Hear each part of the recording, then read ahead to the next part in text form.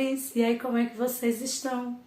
Eu estou bem melhor agora aqui, gravando mais uma videoaula para vocês. E hoje eu estarei ministrando o componente curricular de História. E como vocês sabem, antes de começar a nossa aula, vamos lá para aquele local tranquilo? Já estão aí? Ótimo! Agora vamos pegar o nosso material, o nosso livro de História. Já está com ele em mãos? Então vamos lá. Vocês irão colocar na página 155, certo? Nessa página aqui. É continuação do conteúdo da aula anterior. Vamos aqui. Como eu já falei sobre a República das Oligarquias, hoje nós iremos ver os coronéis, como era que eles faziam nessa época. Então vamos lá? Os coronéis controlavam a população de sua região de várias maneiras. Eles contratavam jagunços que perseguiam e usavam a força contra aqueles que não obedecessem suas ordens. Os coronéis também se aproveitavam do prestígio que possuíam com aqueles que dependiam de favores, principalmente pessoas humildes. Então, vocês estão vendo o que era que os coronéis faziam, né?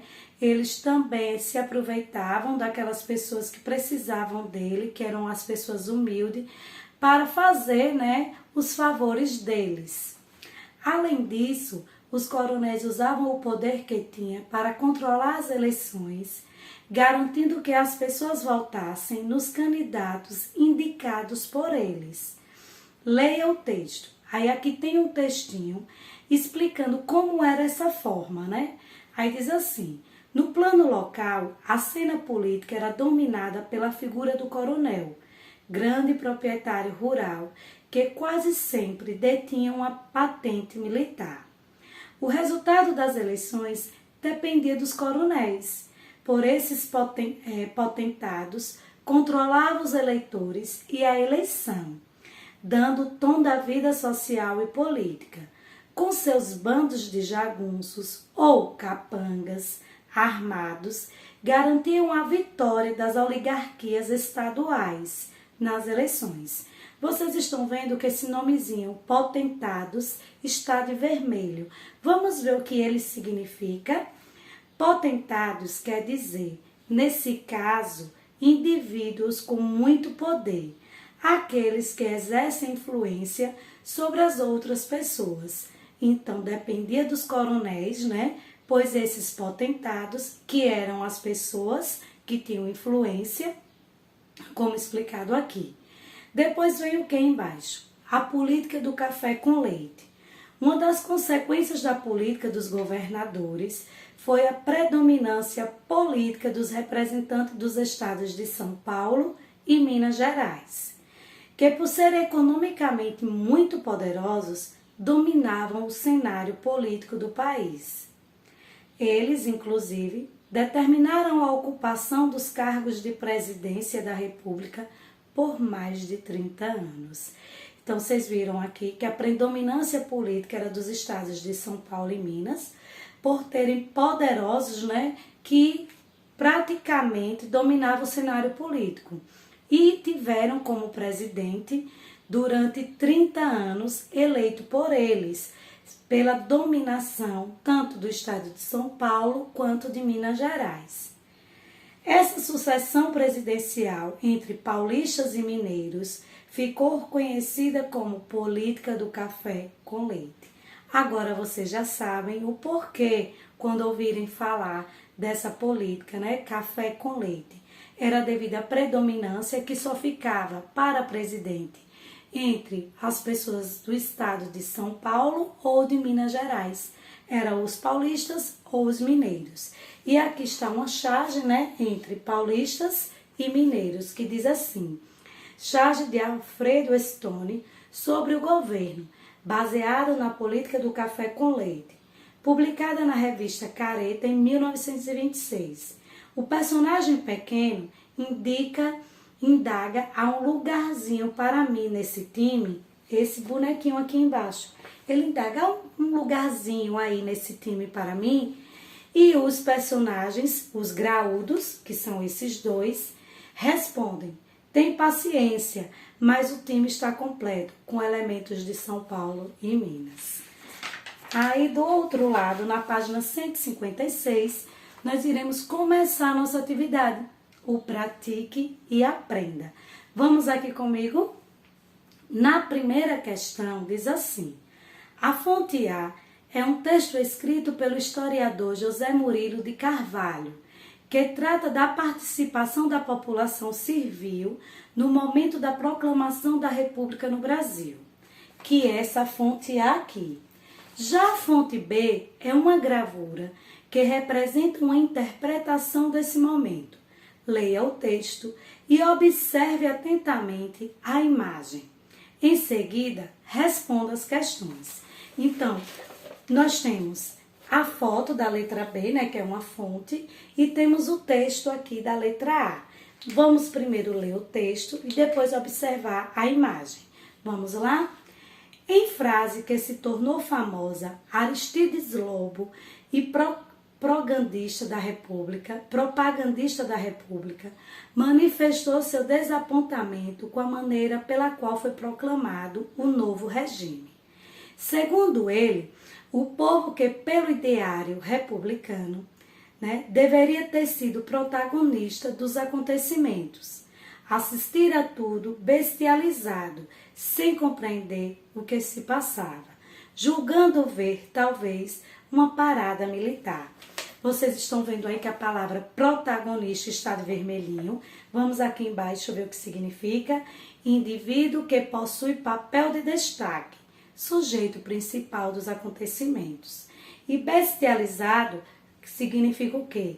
Aquele que tem dificuldade de compreender. Quando você fica besta em ver a situação do que está acontecendo. Então, ele usou essa palavra aqui, que é bestializada, é aquela que tem a dificuldade de compreender o acontecimento, como foi aqui lido no texto da letrinha A. Já embaixo vocês estão vendo, que tem a imagem, que essa imagem se refere à proclamação da República no Brasil, aclamação pública ao Marechal Deodoro da Fonseca e ao ministro Quitino Bocaiúva, em 15 de novembro de 1889.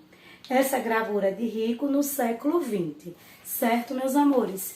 Então, agora que nós já vimos tanto o texto da letra A quanto a gravura da letra B, nós iremos para a página 57 para responder as questões. Aí na página 57, na letrinha A, diz assim: de acordo com a fonte A, como foi a participação da população no momento da proclamação da República? Lembra? Está aqui, olha, nesse pequeno textinho aqui da letrinha A. Então vamos lá? Como foi? Diz o quê? O povo, se vocês verem, está lá, viu? Assistira a tudo, bestializado. Lembra que eu falei essa palavrinha, bestializado?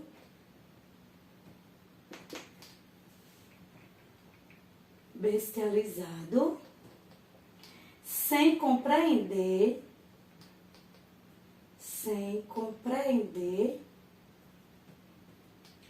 o que se passava, certo? O que se passava.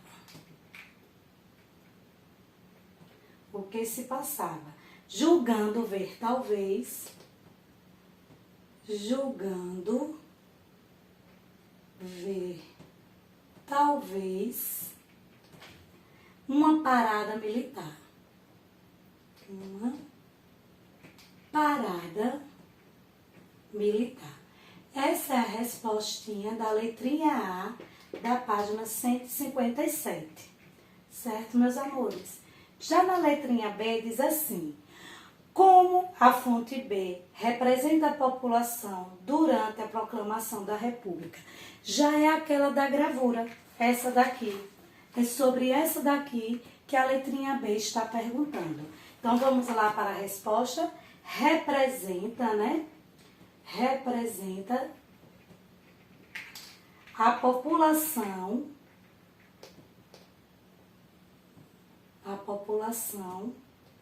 aclamando.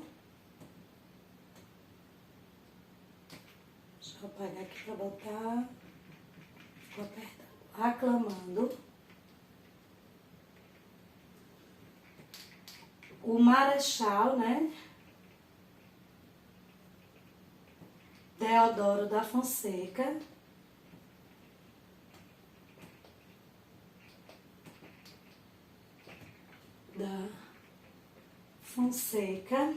E o ministro Quintino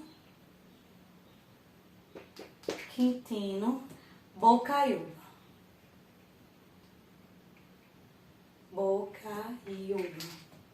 Deixa eu botar aqui. Bocaiúva. Certo? Essa é a respostinha da letrinha B. Já na letrinha C diz assim: compare a ideia apresentada no texto e a apresentada na imagem e converse com os colegas sobre isso. Essa letrinha C eu botei resposta pessoal porque vocês irão ter essa ideia, irá conversar com os colegas de vocês ou na sala de aula ou pelo WhatsApp e colocar, né, o que é que vocês acharam entre a fonte A e da fonte B, certo? Já a segunda questão diz assim: observe a charge a seguir e responda as questões. Façam a descrição da charge. Vocês estão vendo o que nessa charge? Que tem, né, umas pessoas aqui, tem outra aqui, aí tem essa cadeira e as pessoas aqui embaixo, né, aclamando. Essa charge se reflete, né, sobre essa outra aqui, que eu mostrei para vocês na página 155, que diz o quê? Que tá lá a pessoa pedindo, né, indagando uma vaguinha no time. Então, diz assim: a charge de Stone do início do século XX. O que quer dizer? Mostra, né, vou botar aqui para vocês, mostra caricatura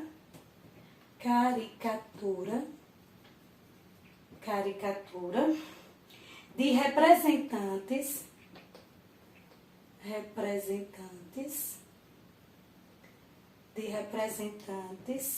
dos estados. Lembram dos quais estados, meus amores? Isso mesmo, dos estados de São Paulo e Minas Gerais. Não foi isso que eu falei para vocês?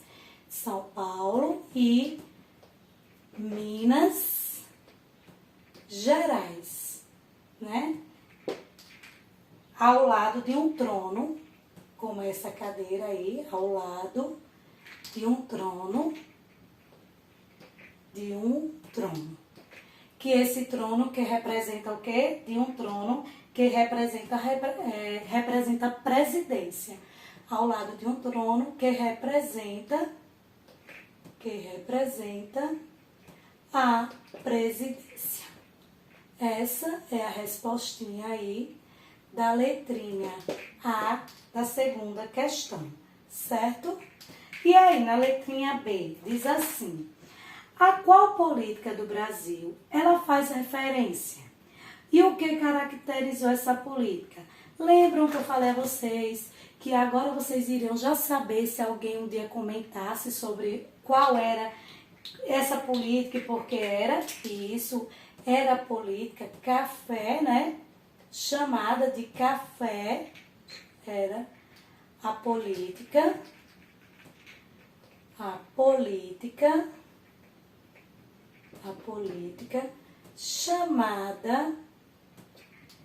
chamada de café com leite, certo?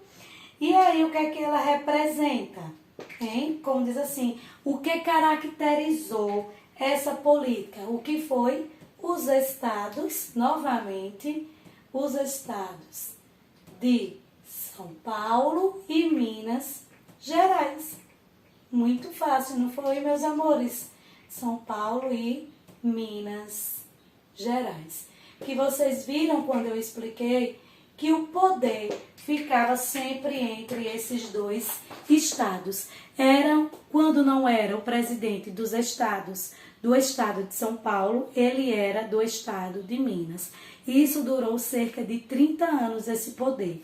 Por isso que essa política recebeu o nome de café com leite, e o que caracterizou essa política ser chamada disso foi devido a só esses dois estados, né, de São Paulo e de Minas Gerais, revezavam, né, a presidência da República.